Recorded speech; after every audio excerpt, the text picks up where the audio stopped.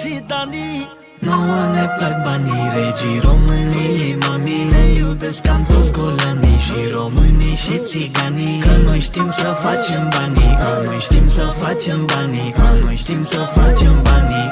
Sunteți câinii mei și vă țin în lesă pe toți. Vă luați mașini în leasing, dar n-aveți bani nici de roți. Nu e vina mea că-mi place să vă înjur pe toți de morți. Uită-te în spatele meu, hai să mă bați, vezi dacă poți. Vezi dacă poți, vezi dacă poți. Vezi dacă poți, vezi dacă poți.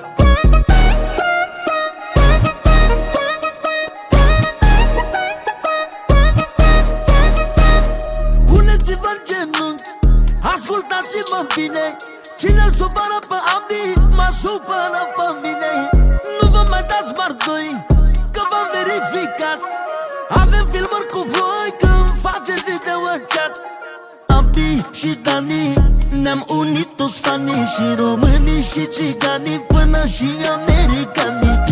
Abi și Dani, ne-am dublat și banii, și să fim sinceri cu voi, ne iubesc chiar și dușmanii. Bebeluș de cartier, nimeni nu mai e ca el. Îi mulțumesc lui mama mea, fiindcă a născut-o stea. A născut-o stea, fiindcă a născut-o stea.